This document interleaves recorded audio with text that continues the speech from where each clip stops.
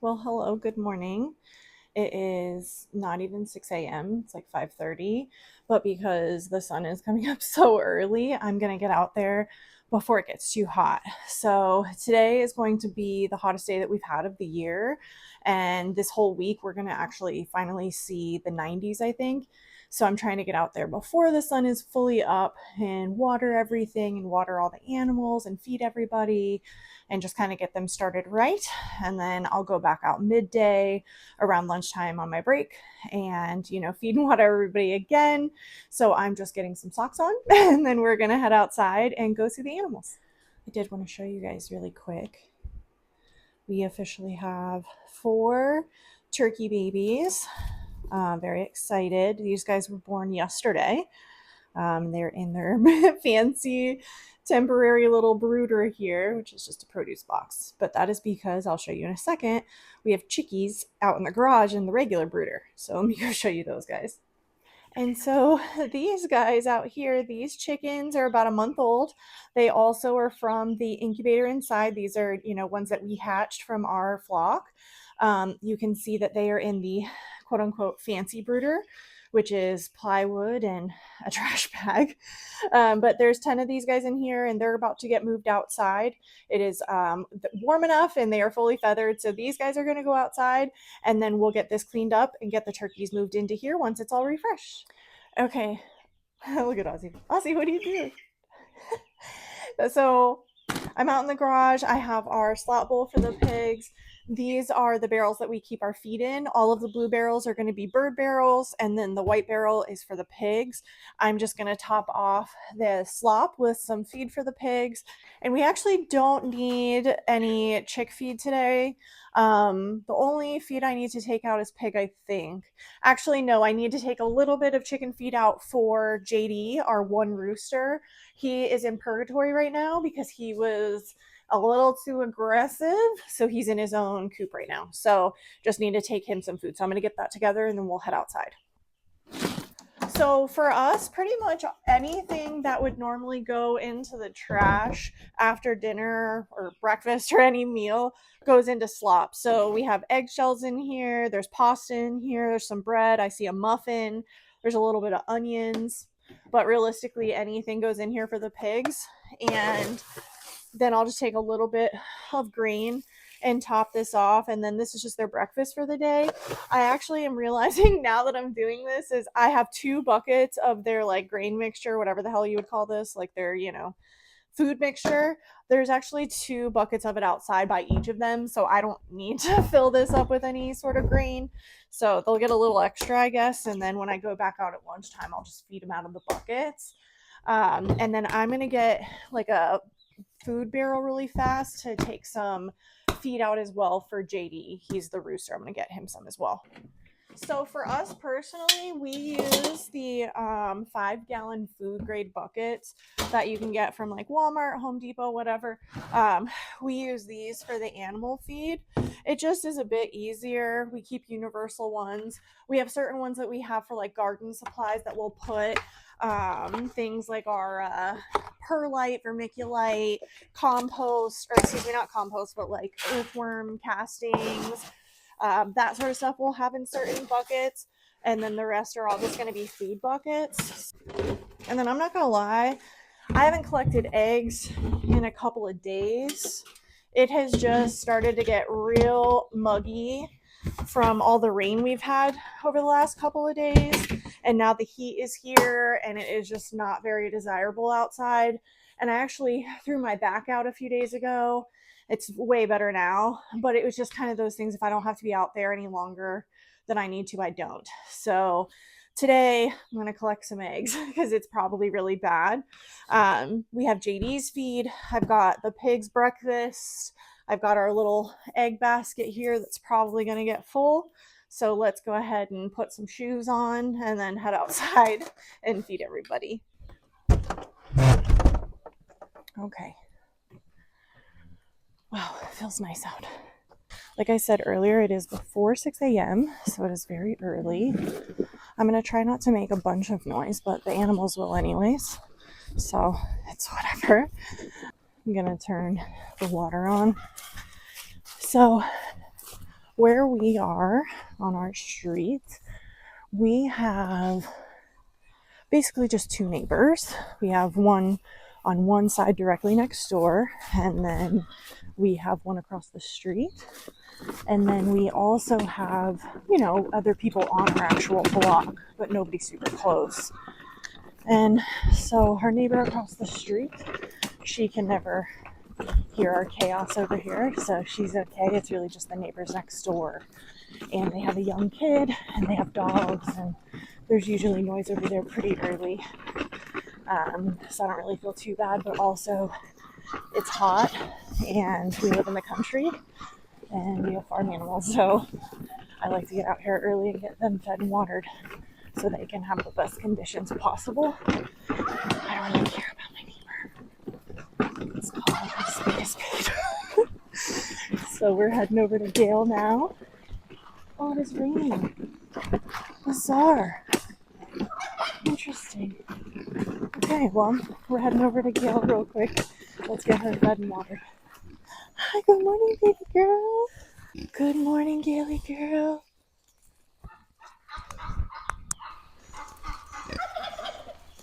Are you hungry? Okay, let's get you fed. Okay.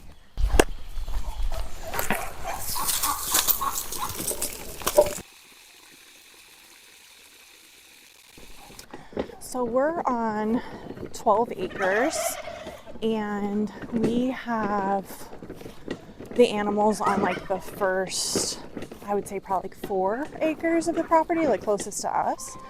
And so what I do is we just take this wagon, let me show you guys, this little gorilla wagon, and we put their feed in here, and we just kind of take it around to everybody. And then we have hoses for everyone, and we just kind of lug those around and water everybody. And I'm sure there's a better process, but this is ours for now, and it works for us, so we make do. So as I mentioned before, this is our one rooster, JD. He is out here in his own tractor in purgatory, in solitary confinement. He was just beating up the girls too bad. So he had to get his own house for a little while. And what we're thinking about doing, we have him over here by our other flock. And this other flock just lost their rooster. He passed away a couple weeks ago. And so we're thinking he might do better in here with a solitary flock. So we might move him, it's a big spider. We might move him from his purgatory tractor in with this other flock, but we will see. So now we're gonna head back to see Sweet Dewey. He is furthest back on the property because he has the largest part of the property back here. We have him on electric, and I have to bring him his food all the way back here. Good morning, buddy. Let me show you guys. Say good morning to Dewey. Good morning, Doo-Doo. You hungry? I got some slop for you. We'll bring you some extra goodies later, too. Are you hungry, buddy? Okay, let's get you some snacks. Hang on. Hi, Doofus. Hi, Doo-Doo. Okay, enjoy that snack. I'll be back in just a few minutes with some more treats for you. So my hands are full. I gave him just the last little bit of slop, and then I'm gonna get the water done, and I'll come back and give him some more food for the morning. That just wasn't enough, which is fine. But now I'm gonna move on to water, and I'm gonna let the turkeys and chickens out. The turkeys don't have like an automatic door. The chickens do, but it doesn't open for a little while. So I'm out here already, and I'll get them out. So this is kind of one of the bird areas we have. We have the turkeys on the way to the left there. That's the chickens. The garden's off to the right. But they're in this large electric netting here. This is where they were before. You can tell where they've kind of ran through. And then that's the original flock we have. That's JD and his little tractor. Dewey is on the far side over there in those woods. And then we have Gale up here. We have future in-ground garden space with Ozzy. And then that's our outside garden we show you guys. And then the greenhouse actually is all the way up by the house over there. Just figured I'd give you guys a little tour of the property. All right, let's get these chickens out. They're ready. So for anyone curious, our auto door that we use is a Chick Cozy door. They're actually the same people that we use the incubator from as well. It is fantastic. It just takes like AA batteries. We have it set up on a timer and voila, opens and closes. It is set to open at like 7 a.m. and it's, like I said, about 6. I just need to adjust it for daylight savings for the fact that it's bright, but they are good to go. There's always one last hen in here. She's always on the top roost and it takes her forever to get down and get out. And I have to check on her every day to make sure that, you know, when I'm counting chickens, that they're all accounted for. She's always left in here. Come on.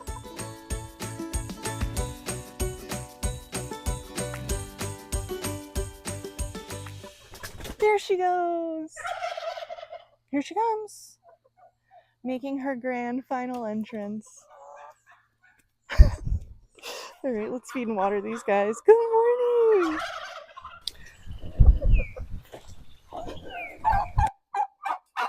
Good morning. Good morning. Oh my goodness. So the turkeys we have in just this very basic little aviary thing. We need to move them, obviously. It's very poopy under them. They don't need like an extreme amount of protection in their actual aviary. We have them on electric, but the predators we have here are honestly all, for the most part, smaller than the turkeys themselves. So we don't have a lot of issues. So they're just kind of in that aviary.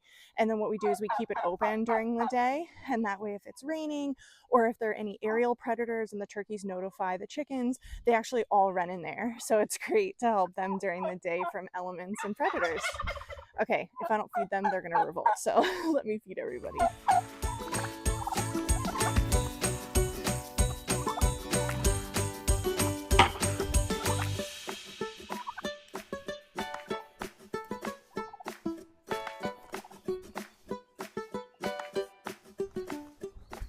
So I threw some extra food down for them in their bowl in the aviary. I'm gonna get the hose for the chickens, water them, and then I'm gonna collect eggs.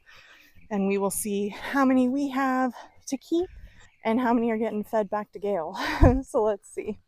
When I watered our flock out here, I realized the eggs are out of control. So I came back to grab the basket. I was going to just try and grab them with my hands and my shirt maybe, and there are way too many. So I'm going to go in with the basket and see how many we have.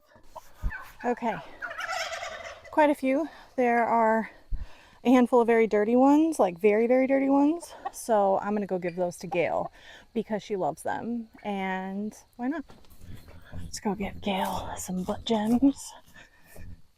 And then we will be done with the animals. Everyone will have been fed and watered for now until midday when we come out to water them again. Let me give this girl some eggs. Hang on. Gaily girl, hey. Got some eggs for you. Oh, I got some eggs. All right, enjoy. So we don't always give the dirty eggs to Gail. She doesn't just, oh, I have dirty turkey eggs. I forgot. Just kidding. She gets more. 1 second here. So here's the thing. Like, when your eggs look like this after the monsoons we've been having, yeah, I guess you could wash them, but to me, they're just disgusting. They have been sitting in the mud for over 24 hours and poop. I assume that they are, it's just not for me. You do you. We give them to the animals because they like them and they don't mind a little poop. So let's go collect the eggs from our other flock, and then we get to finally go to the garden. Not that I don't love these animals, but let's be real. The garden is the enjoyable stuff.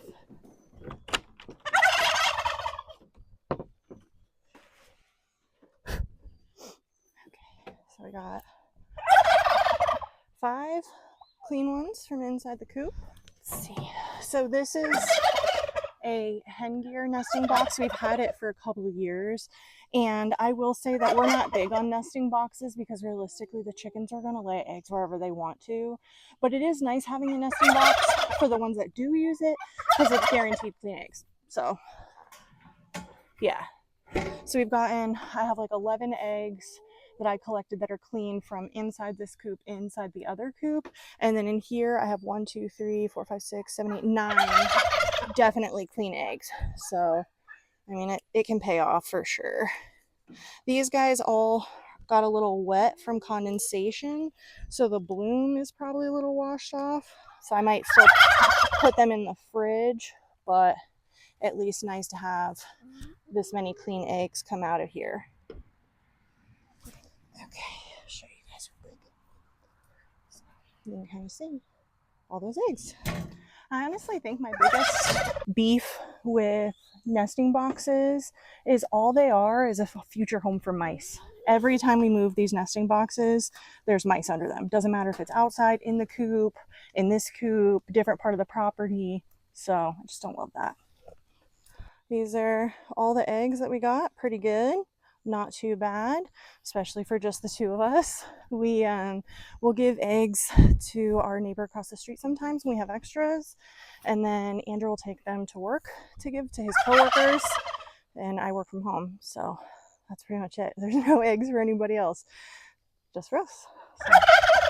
All right, now it is time to head to the garden and water, and I want to show you guys my favorite thing in the garden right now. So can we just have a moment for the garden in general? That was our carrot bed. Andrew emptied out this bed that was carrots, but can we just have a moment for how wonderful it is doing? The turkeys are giving in a moment, but yeah, everything is just doing so good. I'm going to jump in and water everything, and then I'm going to take you over and show you my current favorite thing in the garden. And then probably next week, I'm going to give you guys an update on everything here. So I'm not going to jump into it today. I'm going to tell myself not to get into it today. But I am probably going to show you guys next week a full garden update with where we're at, you know, going into the beginning of July, coming out of June, and just how fantastic everything's doing. So, but yeah, I'm going to go ahead and get everything watered real quick.